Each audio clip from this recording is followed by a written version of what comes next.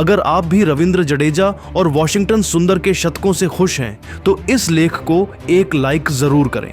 दोस्तों, भारत और इंग्लैंड के बीच मैनचेस्टर टेस्ट 2025 ड्रॉ हो गया, लेकिन इस मैच के अंतिम पलों में ऐसा ड्रामा देखने को मिला कि क्रिकेट जगत में हंगामा मच गया। इंग्लैंड के कप्तान बेन स्टोक्स ने जडेजा और सुंदर के शतक रोकने की कोशिश की, लेकिन दोनों भारतीय बल्लेबाजों ने न सिर्फ शतक ठोके बल्कि स्टोक्स को करारा जवाब दिया। लेकिन असल सनसनी तब मची जब जडेजा ने अपनी शतकीय पारी के बाद पिच को चूमा और फिर अपने घर पर मौजूद पत्नी रिवाबा को कुछ ऐसा कहा जिसने उन्हें स्तब्ध कर दिया। क्या जडेजा ने संन्यास की बात कही? रिवाबा ने घर से एक भावनात्मक बयान जारी कर इस मामले का खुलासा किया। तो पूरी खबर जानने के लिए इस लेख को अंत तक जरूर पढ़ें और कमेंट में बताएं कि क्या जडेजा का संन्यास का फैसला सही होगा। इस वीडियो का लाइक टारगेट है 1000 लाइक्स। दोस्तों, एंडरसन तेंदुलकर ट्रॉफी का चौथा टेस्ट मैनचेस्टर के ओल्ड ट्रैफर्ड में खेला गया, जहां इंग्लैंड ने पहली पारी में 669 रन बनाकर भारत पर 311 रन बनाए की विशाल बढ़त ले ली थी। भारत की पहली पारी 358 रनों पर सिमट गई थी। दूसरी पारी में भारत की शुरुआत खराब रही जब क्रिस वॉक्स ने यशस्वी जायसवाल और साई सुदर्शन को पहली ही ओवर में 0 पर आउट कर दिया।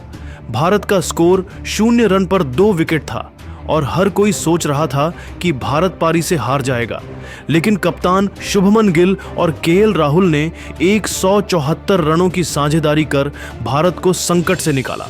गिल ने 238 गेंदों में 103 रन बनाए, जो इस सीरीज का उनका चौथा शतक था और उन्होंने ब्रैडमैन के रिकॉर्ड की बराबरी की।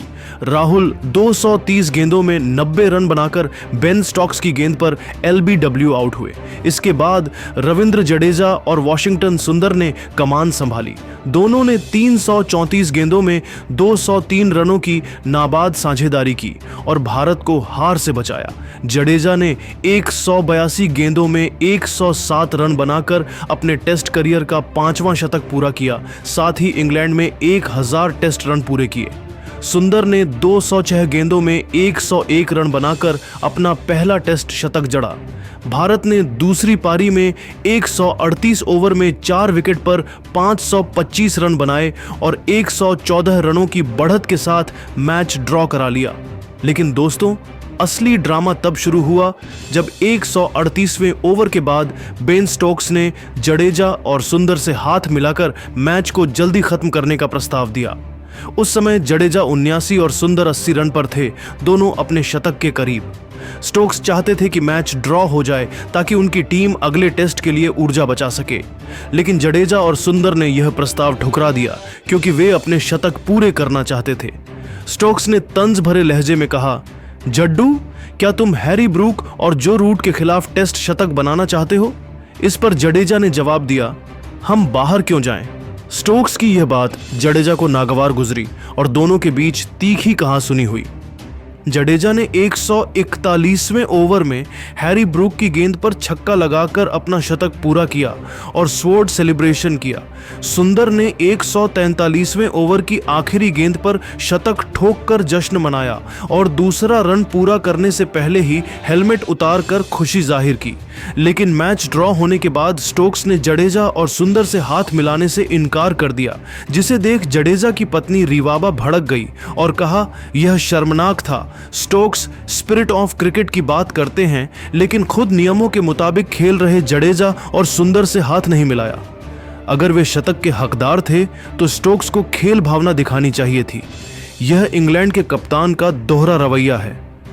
दोस्तों, भारत के इस शानदार प्रदर्शन के बाद जब पूरा देश ड्रॉ को जीत की तरह मना रहा था, रविंद्र जडेजा ने घर पर मौजूद अपनी पत्नी रिवाबा से फोन पर बात की। इस दौरान उन्होंने कुछ ऐसा कहा जिसने रिवाबा को स्तब्ध कर दिया। जडेजा इस मैच में चर्चा में थे, न सिर्फ अपने शतक के लिए बल्कि इसलिए भी क्योंकि उन्होंने पिच को चूमा जिसने संन्यास की अटकलों को हवा दी। रिवाबा ने घर से एक भावनात्मक बयान जारी करते हुए इस पल को साझा किया। रिवाबा ने कहा, मैच के बाद जब रविंद्र ने मुझसे फोन पर बात की, वह बहुत भावुक थे। मैंने उनसे पूछा, क्या हुआ?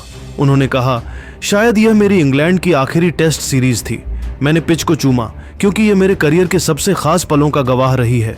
मैं अब एक नया कदम उठाने की सोच रहा हूँ। उनकी यह बात सुनकर मेरी आंखें फटी की फटी रह गईं।